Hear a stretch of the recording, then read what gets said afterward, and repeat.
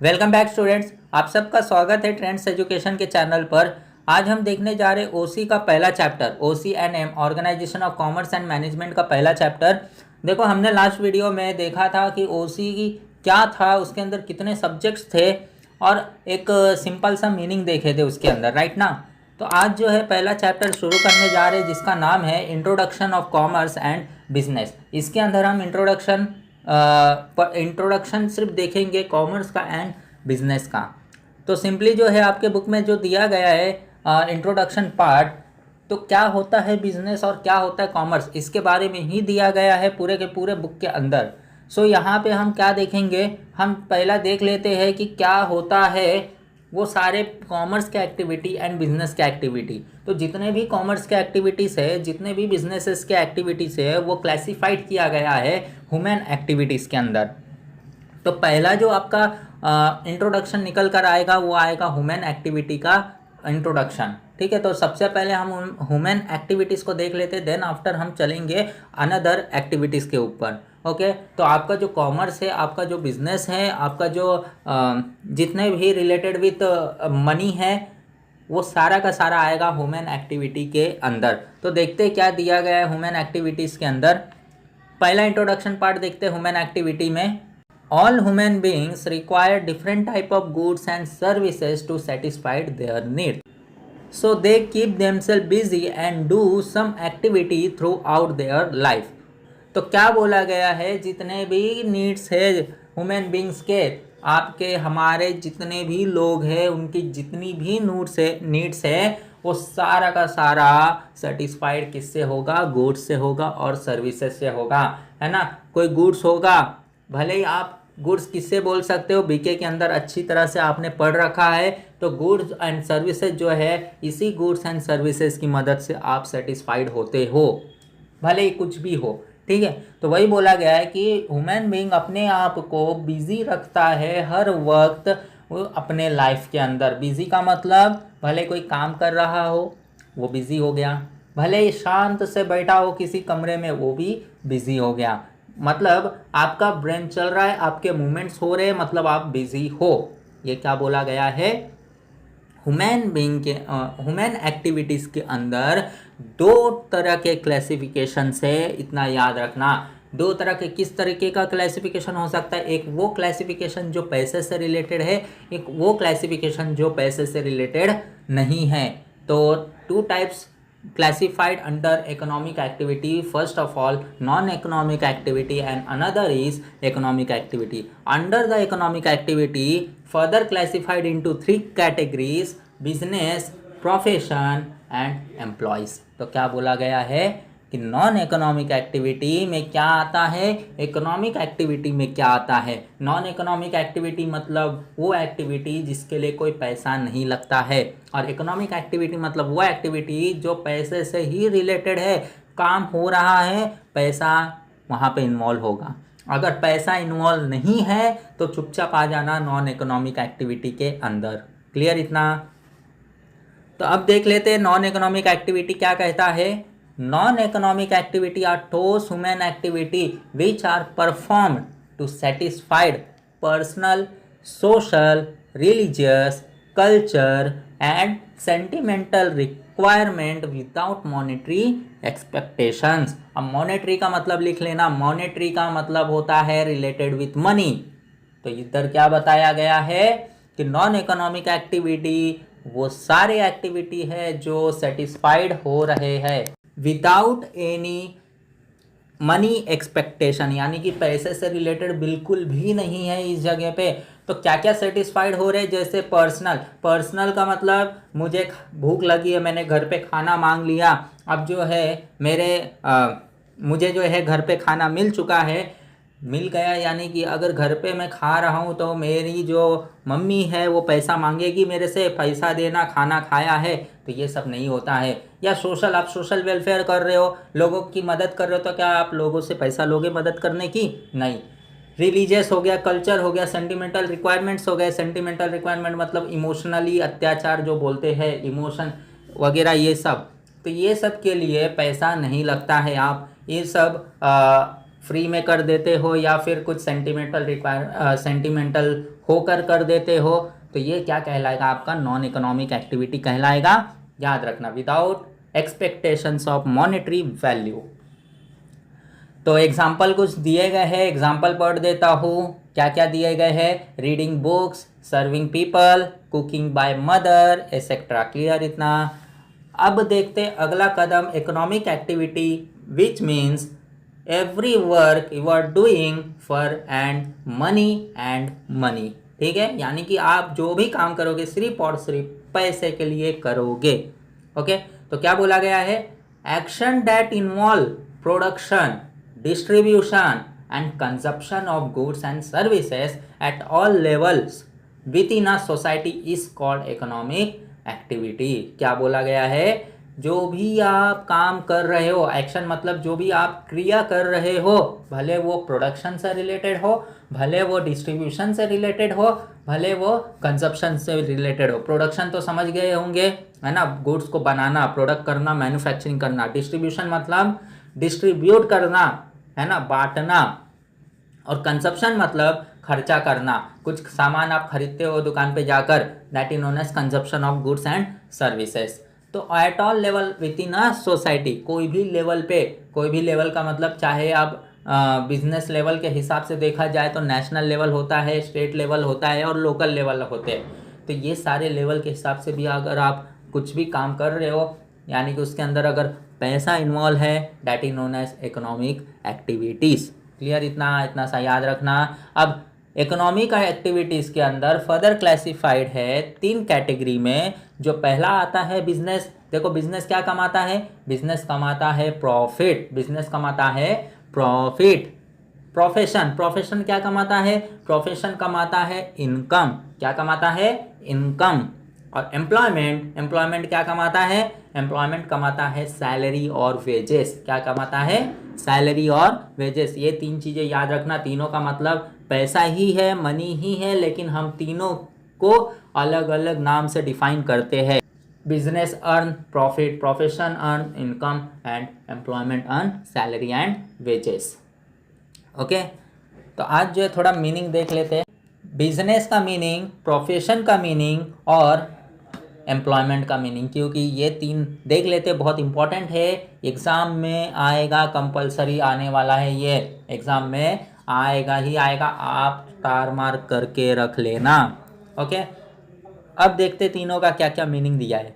Business का meaning क्या है, business means business represents organize effort by an individual और ग्रुप ऑफ इंडिविजुअल। क्या बोला गया है, बिजनेस का मतलब क्या है, बिजनेस यहाँ पर जो भी चल रहा है, भले वो इंडिविजुअल चला रहा होगा या ग्रुप ऑफ इंडिविजुअल चला रहा होगा। इंडिविजुअल का मतलब मैंने बिजनेस चालू किया है, मैं ही उसको रन कर रहा हूँ, that is known as individual. And group of individual का मतलब मैंने पार्टनरशिप में बिजनेस चालू कर दिया। बहुत लोग मेरे साथ है जो डायरेक्टर्स है, उनके अंडर में मैंने बिजनेस चालू किया है। तो इस जगह पे जो है इंडिविजुअल या मोर देन 2 पर्सन या 1 और मोर देन 2 पर्सन, ये याद रखना, that is known age group of individual. तो बिजनेस क्या है, बिजनेस एक ऑर्गेनाइज एफर्ट है जो कि इंडिविजुअल करता है या ग्रुप ऑफ इंडिविजुअल कहता है। आगे क्या बोला है, it is a systematic attempt by business person to produce goods and services and sell them in the market to reap the reward by way of profit. क्या बोला गया है कि बिजनेस का काम ही है गुड्स एंड सर्विस को बनाना। Business का क्या काम है, गुड्स एंड सर्विस को बनाना, प्रोड्यूस करना और उसको मार्केट के अंदर सेल करना इन द सेंस, है ना, गुड्स बना लिया, अब मार्केट के अंदर बेचेगा तभी तो जाकर वो प्रॉफिट कमाएगा। That is known as the reap the reward by way of profit. तो ये क्या बोला गया है कि बिजनेस चालू हो गया, देन आफ्टर वो गुड्स एंड सर्विस प्रोड्यूस कर रहा है या सर्विस प्रोड्यूस कर रहा है, इसलिए प्रोड्यूस कर रहा है ताकि वो बेच सके मार्केट के अंदर और बेचने के बाद वो प्रॉफिट कमा सके। क्लियर इतना। उसके बाद it satisfied multiple and complex need of the society. इसके बाद वही बोल रहा है कि जो भी सोसाइटी की मांग है उस मांग को पूरा करके दे रहा है, सेटिस्फाइड करके दे रहा है बिजनेस। ओके, इतना सा मीनिंग है, आप याद रखो, बहुत इंपॉर्टेंट है। इसे आपको एग्जाम में लिखना पड़ेगा। ओके, डेफिनेशन देखते हैं बिजनेस का क्या दिया गया है। प्रोफेसर हैनी ने डेफिनेशन दिया है and professor Pride Hughes and Kapoor, मतलब इसके अंदर 3 लोग का एक ही बार नाम दे दिया। इन सभी ने डेफिनेशन क्या क्या दिया है पहला देख लेते हैं प्रोफेसर हैनी का। Business activity are all those human activities which are directed towards the production and processing of wealth। क्या बोला गया, बिजनेस क्या है, वो सारी एक्टिविटी है जो कहाँ चालू होती है कहाँ तक जाती है, वो ह्यूमन एक्टिविटी की ज़रूरतें को समझती है और प्रोडक्शन से लेकर उनके घर तक, उनके कंजप्शन तक जाता है। ठीक है, बस 2 लाइन में पूरा का पूरा बिजनेस का इसने मीनिंग बता दिया। अब दूसरा डेफिनेशन देखते हैं, किसने दिया है, professor Pride Hughes and professor Kapoor ने। क्या बोला है, the organise effort of individual to produce and sell for a profit the goods and services that satisfy society's need. क्या बोला गया है, बिजनेस क्या है, उन सभी लोगों का एफर्ट है, भले वो इसके अंदर इंडिविजुअल के बारे में बताए गए हैं, तो इंडिविजुअल से बात कर लेते हैं कि वो इंडिविजुअल का एफर्ट है जो गुड्स को प्रोड्यूस कर रहा है और सेल कर रहा है मार्केट के अंदर पैसे के लिए, प्रॉफिट के लिए, ताकि लोगों की ज़रूरतें पूरी हो सके, सोसाइटीज़ की ज़रूरतें पूरी हो सके। ओके, क्लियर इतना बिजनेस का। अब अगला चलते हैं प्रोफेशन की तरफ। प्रोफेशन का क्या मीनिंग है, profession is that part of economic activity under which a person use his educational knowledge and special skill to render service for earning some income। Business के अंदर हमने प्रॉफिट देखा था, अब प्रोफेशन के अंदर क्या देखेंगे, हम इनकम देखेंगे। प्रोफेशन क्या कमाता है, इनकम कमाता है। तो प्रोफेशन का मतलब क्या है, प्रोफेशन मतलब वो इकोनॉमिक एक्टिविटी है जहाँ पे पर्सन अपने नॉलेज को गेन करता है, यानी कि वो जो भी पढ़ाई कर रहा है उसके अंदर वो एकदम क्लेवर है और उस काम में वो माहिर है। समझ में आ रहा है, मतलब उसके पास कुछ ऐसा स्पेशल स्किल है जिसको यूज़ करके वो सारे काम को कर रहा है। जैसे अगर एग्जांपल दूँ तो जैसे एक डॉक्टर, तो डॉक्टर के अंदर भी कई तरीके के डॉक्टर होते हैं, लेकिन डॉक्टर बनने के लिए वो स्टडी करना पड़ेगा। सबसे पहले उसको स्टडी करने के बाद उसके अंदर स्पेशलाइज होना पड़ेगा, तब जाकर वो कहीं ना कहीं इलाज कर पाएगा पेशेंट्स का, राइट ना। उसके बाद अगर बोलूँ लॉयर, वकील, वकील कौन है, अब जो वकील है वो भी तो कुछ ना कुछ पढ़ाई करेगा, वकील ऐसे ही तो नहीं बन जाते, तो कुछ ना कुछ पढ़ाई करेगा, कुछ ना कुछ उसके पास स्पेशल स्किल होगा, तब जाके वो लॉयर कहलाएगा। अब ऐसा तो नहीं है कि लॉयर जो है डॉक्टर का रोल निभा रहा है, डॉक्टर जो है लॉयर का निभा रहा है, तो दोनों में क्या हो जाएगा, लॉयर अगर डॉक्टर बनेगा तो पेशेंट जगह पे मर जाएगा, और अगर डॉक्टर अगर लॉयर बनता है तो वहाँ पे भी खतरा है ना। तो क्या बोला जा रहा है, प्रोफेशन मतलब वो प्रोफेशन तब बनता है जब उसके पास एक स्पेशल नॉलेज है, एक स्पेशल स्किल है और एजुकेशन है, उसके पास सर्टिफिकेट वगैरह है, तब जाके वो प्रोफेशन कहलाता है और ये प्रोफेशन इनकम कहलाता है।